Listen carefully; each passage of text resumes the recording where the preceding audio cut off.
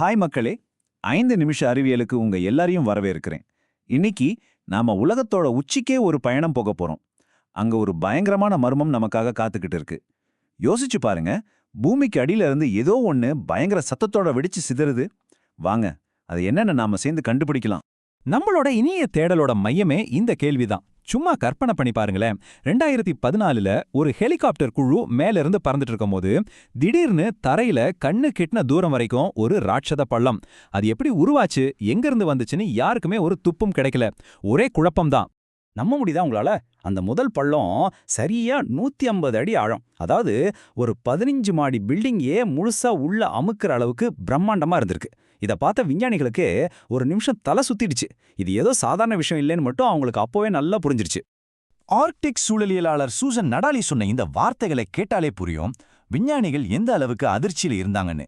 அவங்களால கூட இதை நம்ப முடியல. ஏன்னா இந்த மாதிரி ஒரு சம்பவம் இதுக்கு முன்னாடி நடந்ததா சரித்திரமே இல்ல. சரி, இப்போ நம்ம விஞ்ஞானிகள் அவங்களோட டிடெக்டிவ் வேலையை ஆரம்பிச்சாங்க. வாங்க, இந்த மர்மம் முடிச்ச அவங்க எப்படி அழுத்தாங்கன்னு பார்க்கலாம். அவங்களோட முதல் சந்தேகம் இது ஒருவேளை சாதாரண புதைக்குழியா இருக்குமோன்னு தான். ஆனா அங்கதான் ஒரு பெரிய ட்விஸ்ட். சாதாரணமா புதைக்குழி உள்நோக்கி சரியும், ஆனா இங்க தரை கீழிருந்து மேல் நோக்கி வெடிச்சு சிதறி இருக்கு.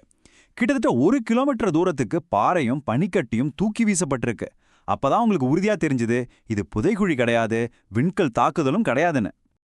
அப்போதான் அந்த பள்ளத்துக்குள்ள தைரியமா இறங்கி ஆய்வு செய்யும்போது அவங்களுக்கு ஒரு முக்கியமான க்ளூ கிடைக்குது. காத்துல ஏதோ ஒரு வித்தியாசமான வாசனை. அவங்க கருவிகளை வச்சு சோதிச்சு பார்த்தா அந்த இடத்துல மீத்தேன் வாயுவோட அளவு அவங்க கற்பனை பண்ணி பார்க்க முடியாத அளவுக்கு அதிகமா இருந்திருக்கு. ஆமாங்க, புவியியலாளர் வாசிலி சொன்ன மாதிரி இது ஒரு இயற்கையான மீத்தேன் குண்டு வெடிச்சதால தான் நடந்திருக்குன்னு விஞ்ஞானிகள் ஒரு முடிவுக்கு வராங்க. பூமிக்கு அடியில பல வருஷமா சிக்கியிருந்த மீத்தேன் வாயு அழுத்தம் தாங்காம ஒரு பெரிய வெடிப்பை ஏற்படுத்தியிருக்கு.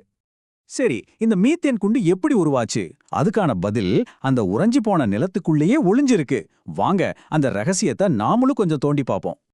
இந்த உறைஞ்சு போன நிலத்தை தான் பெர்மாஃப்ராஸ்ட் அப்படின்னு சொல்றாங்க. இது நம்ம பூமியோட வடதுருவ பகுதியில கிட்டத்தட்ட கால்வாசி நிலப்பரப்பு மூடியிருக்கு. இதை நீங்க ஒரு பெரிய நேச்சுரல் ஃப்ரீசர் மாதிரி நினைச்சுக்கோங்க. ஆயிரக்கணக்கான வருஷமா எதுவுமே மாறாம அப்படியே உறைஞ்சு கிடக்கு. இப்போதான் ஒரு ஷாக்கிங்கான விஷயம் வருது. நம்ம பூமிக்கு மேல வளிமண்டலத்துல இருக்கிற மொத்த கார்பனை விட கிட்டத்தட்ட 2 மடங்கு அதிகமான கார்பன் இந்த ஆர்டிக் பெர்மாஃப்ராஸ்டுக்குள்ள உறைஞ்சு போய் மாட்டிக்கிட்டு இருக்கு. நினைச்சு பாருங்க எவ்வளவு பெரிய அளவுன்னு. சரி, இந்த உறைஞ்சு போன நிலத்துக்குள்ள என்னதான் இருக்குன்னு கேக்குறீங்களா? பல லட்சம் வருஷம் பழமையான புற்கள், செடிகள், ஏன் மாமுத் மாதிரி அழிஞ்சு போன விலங்குகளோட உடல்கள் வரைக்கும் எல்லாமே ஒரு டைம் கேப்சூல் மாதிரி அப்படியே பத்திரமா உறைஞ்சு கிடக்கு. இப்போ பிரச்சனை என்னன்னா, நம்ம பூமி சூடாகிறதால இந்த ராட்சத ஃப்ரீசர் மெதுவா உருக ஆரம்பிக்குது. உடனே உள்ள இருக்கிற நுண்ணுயிரிகள் இந்த பழைய கரிம பொருட்களை சாப்பிட ஆரம்பிச்சு மீத்தேன் மாதிரியான வாயுக்களை வெளியே விட ஆரம்பிக்குது. ஓகே, ஆர்டிக்ல எங்கேயோ நடக்கிற இந்த விஷயத்தால நமக்கு என்ன நீங்க நினைக்கலாம். ஆனா அங்கதான் விஷயமே இருக்கு. வாங்க, இது எப்படி நம்ம எல்லாரையும் பாதிக்க போகுதுன்னு நாம பார்க்கலாம். இங்கதான் ஒரு ரொம்ப அபாயகரமான சுழற்சி ஆரம்பமாகுது. நல்லா கவனிங்க. உலக வெப்பமயமாதலால பர்மாஃப்ராஸ்ட் உருகும். உருகிறதால மீத்தேன் வெளியேறும். அந்த மீத்தேன் நம்ம பூமியை இன்னும் வெப்பமாக்கும். இதனால பர்மாஃப்ராஸ்ட் இன்னும் வேகமா உருகும். இது ஒரு முடிவே இல்லாத ரொம்ப ரொம்ப மோசமான ஒரு சுழற்சி. ஆனா இதுல நாம கவனிக்க வேண்டிய அதிர்ச்சியான விஷயம் என்னன்னா, சூழலியலாளர் கேட்டி சொல்ற மாதிரி இவ்ளோ பெரிய ஆபத்தான ஒரு சுழற்சிய நம்மளோட காலநிலை மாற்ற கணிப்புகள்ல இன்னும் முழுசா சேர்க்கவே இல்லையாம். அதாவது நாம நினைச்சிட்டு இருக்கிறத விட ஆபத்து ரொம்பவே பெருசா இருக்க வாய்ப்பு இருக்கு. பெர்மாஃப்ராஸ்ட் உருகிறதே ஒரு பெரிய பிரச்சனைன்னு பார்த்தோம்.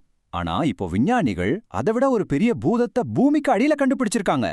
விஞ்ஞானிகள் இதுக்கு உருகும் புகைப்போக்கிகள்னு பேர் வச்சிருக்காங்க. சிம்பிளா சொல்லணும்னா, இது உறைஞ்சு போன பர்மாஃப்ராஸ்ட் வழியா உருவாகிற ஒரு சுரங்க பாதை மாதிரி. இந்த பாதை வழியா பூமிக்கு பல கிலோமீட்டர் ஆழத்துல சிக்கியிருக்கிற கோடிக்கணக்கான வருஷ பழமையான மீத்தேன் இப்போ தப்பிச்சு மேல வர ஆரம்பிக்குது. ஒரு நிமிஷம், இதை கேளுங்க.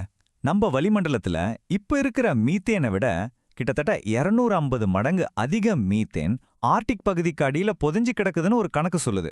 யோசிச்சு பாருங்க, இந்த வாயு முழுசா வெளியே வர ஆரம்பிச்சா நம்ம பூமிக்கு என்ன ஆகும் நினைச்சு பார்க்கவே பயங்கரமா இருக்கு.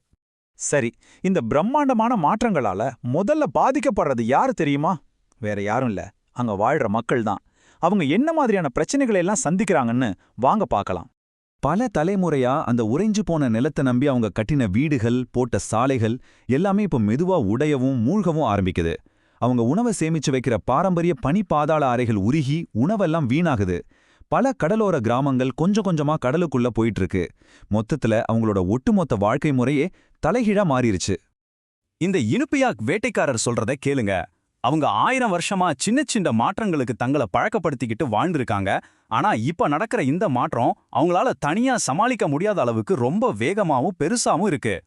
விஞ்ஞானிகள் இந்த நிலைய திருப்பு முனை, அதாவது டிப்பிங் பாயிண்ட்னு சொல்றாங்க. சிம்பிளா சொன்னா இது ஒரு பாயிண்ட் ஆஃப் நோ ரிட்டர்ன். ஒரு கட்டத்துக்கு மேல போயிடுச்சுன்னா இந்த மாற்றத்தை நம்ம யாராலையும் தடுத்து நிறுத்தவே முடியாது. அது தானா நடந்துகிட்டே இருக்கும். சில விஞ்ஞானிகள் பெர்மாஃப்ராஸ்ட் உருகிறது ஏற்கனவே அந்த திருப்பு முனையை நெருங்கிடுச்சுன்னு ரொம்பவே கவலைப்படுறாங்க. சோ ஆர்க்டிக்ல நடக்கிற இந்த வெடிப்புகள் வெறும் அந்த பகுதிக்கான பிரச்சனை மட்டும் இல்ல, அது நம்ம ஒட்டுமொத்த பூமிக்கும் அடிக்கிற ஒரு பெரிய எச்சரிக்கை மணி. அந்த மணி சத்தத்தை நாம கேட்க போறோமா இல்லையா? இத பத்தி நீங்க என்ன நினைக்கிறீங்க? இந்த விஷயம் உங்களுக்கு புதுசா இருந்தா மறக்காம அந்த லைக் பட்டனை தட்டி விடுங்க. உங்க ஃப்ரெண்ட்ஸுக்கும் ஷேர் பண்ணுங்க. அப்போதான் இந்த மாதிரி முக்கியமான விஷயங்களை பத்தி நம்ம இன்னும் நிறைய பேச முடியும். கண்டிப்பா சப்ஸ்கிரைப் பண்ணிடுங்க. உங்க கருத்துக்களை கீழே கமெண்ட்ல சொல்லுங்க, நாம டிஸ்கஸ் பண்ணலாம். நாளைக்கு இதே நேரத்துல சந்திக்கலாம். அது வரைக்கும் பாய்.